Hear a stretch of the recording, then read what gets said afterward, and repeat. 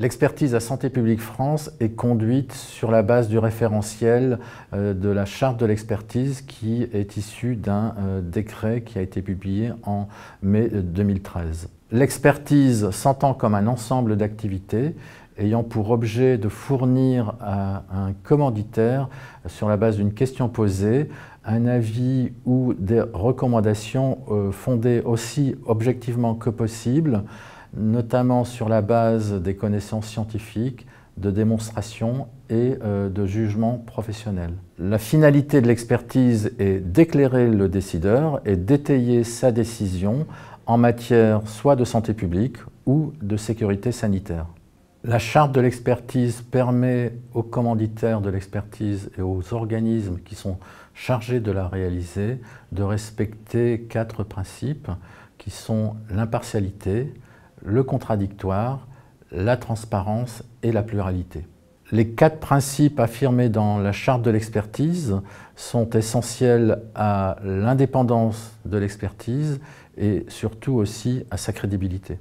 La charte de l'expertise précise les principes de sélection des experts, elle définit le processus que doit suivre l'expertise et en particulier ses relations avec le pouvoir de décision. Elle définit les conflits d'intérêts et leurs modalités de gestion. En pratique, à Santé publique France, la réalisation d'une expertise, selon la charte de l'expertise, est conditionnée par l'existence d'une question posée, amenant à proposer des recommandations ou un avis. Cela résulte soit d'une saisine du ministère chargé de la Santé ou d'une agence régionale de la santé, ou bien d'une autosaisine de l'agence elle-même.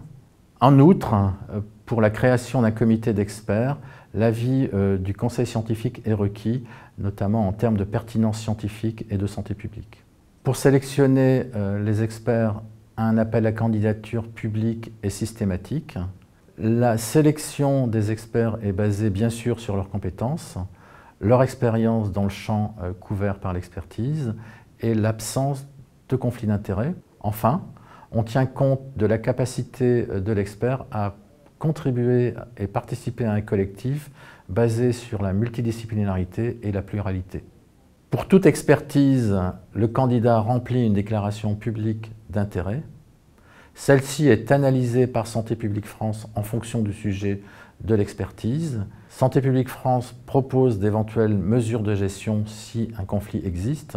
Si la participation d'un candidat est jugée essentielle à la réalisation de l'expertise et qu'il présente un conflit d'intérêts, il pourra être auditionné sans toutefois participer à la délibération et à la rédaction de l'avis ou des recommandations. De manière opérationnelle, les comités d'experts sont placés auprès des directions métiers de l'agence.